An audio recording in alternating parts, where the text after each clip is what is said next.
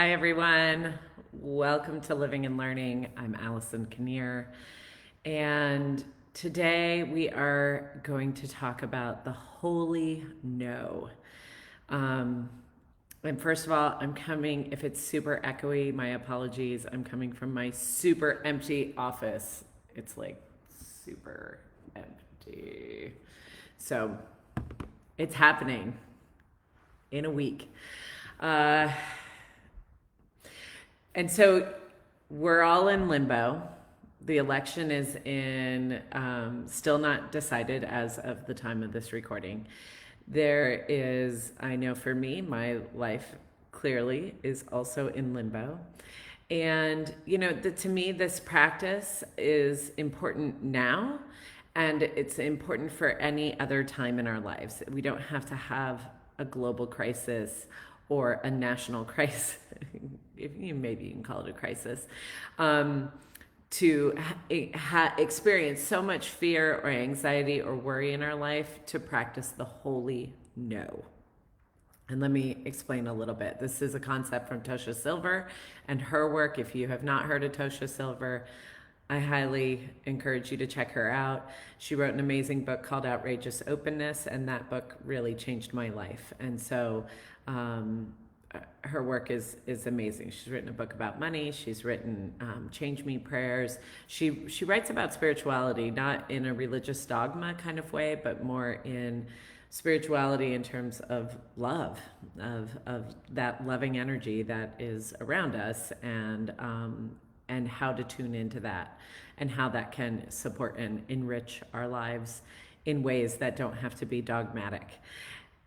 And one of this class that she was talking about was, we get so used to living with fear or with worry or with anxiety. And mind you, this class was recorded over a year ago. And what can happen is, for me, my first plan of attack is when fear comes to the door, I get curious. Let's understand why fear is here. Is it fear or is it worry? Am I just a little bit worried about something, or am I in genuine fear? Is there a threat that needs to be considered? So, or if anxiety comes, or if sadness comes, I tend to welcome it, feel it, and let it go. And that can be a very helpful practice. It stops being helpful when we can't get out of it.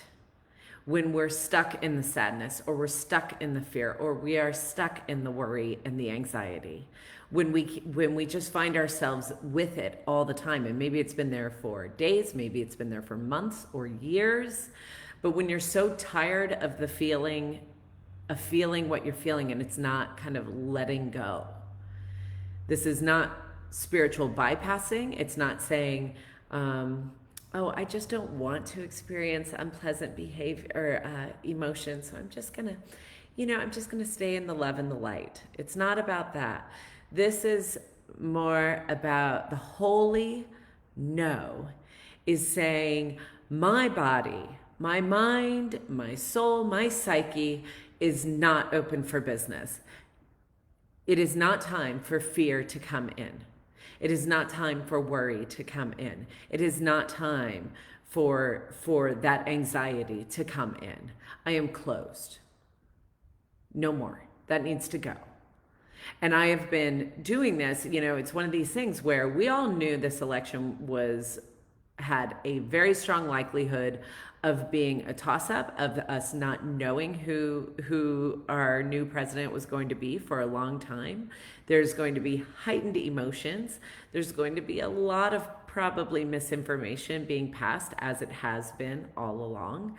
And so these times of uncertainty, it's important that it can be really easy to want to either slam into our fear, or slam into our hope, or slam into our despair.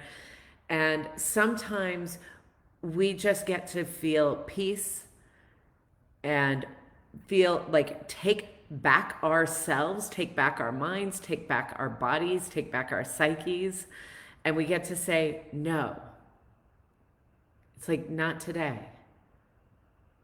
or in the Christian world, people will say, "Not today, Satan." I don't really ascribe it to Satan, but it's like, not today. Fear, you are not welcome right now. Right now, I'm caring for my mind. I'm caring for my body as we sit in this unknown.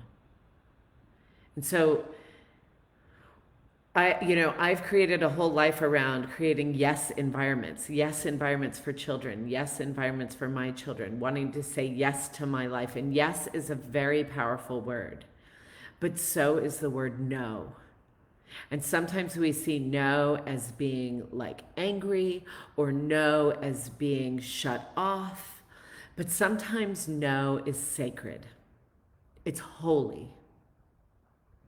It is the most divine word in our vocabulary. And we can raise up with our own power and say, no, I'm not going to let the crowded thoughts, I'm not going to let the spin cycle spin me. I can check the news, I can look for updates, and then I get to come back to me. I get to come back to my center. I get to come back to what is important to me. And I don't want this fear and worry to rob me of the present moment, to rob me of the day that is here, to rob me of my enjoyment of my children, to rob me of my happiness. Sometimes we have to say no to that. I'm not going to allow myself to be robbed anymore. And so I'm not saying this is how everyone needs to be, but I'm offering an opportunity to consider that we can let that fear or worry or anxiety in, or we can simply just say no to it. We can let our own inner resourcefulness, our own inner power say, not today. I'm not open. Today I need to care for myself. Today I need to care for my body. Today I need to care for my psyche and my soul. And that is not an act of anger or aggression. That is an act of sanctity and holiness when we can say no. So I know for me, as soon as I started practicing it, it was like, whew, I feel so much better.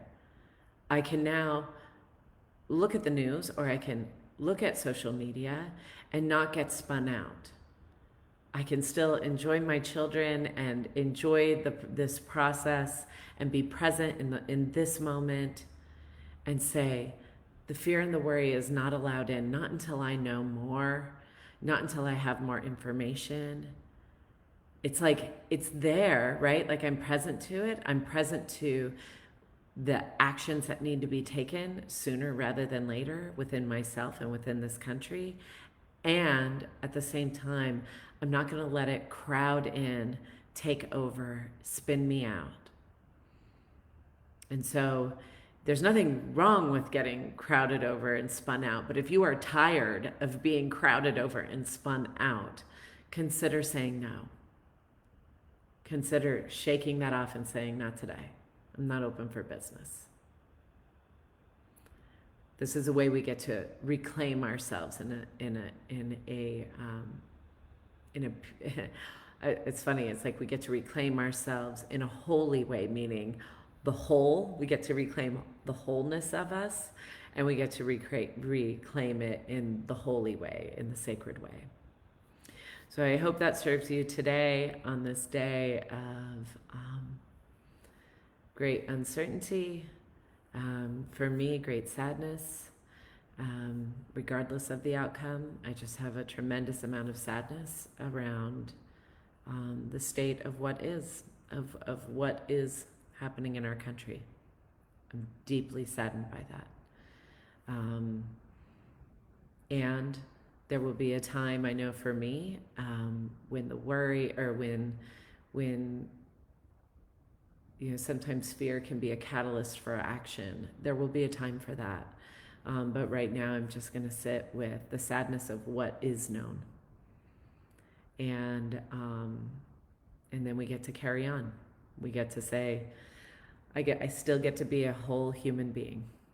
And so I wish you that, and And I will see you next week. Next week, I will be on the other side of the country. So it'll be a new setting. Say goodbye to the blue walls. Say hello to wood paneling.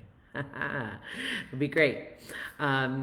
Anyway, I wish you a wonderful, wonderful week, a wonderful day. If you need support, don't hesitate to reach out. You can reach out to me. You can reach out to other trusted, loving souls in your life. Whatever support you're needing, reach out for it, because I think there's more support than we sometimes know or realize. Blessings to you. Catch you next week. Bye.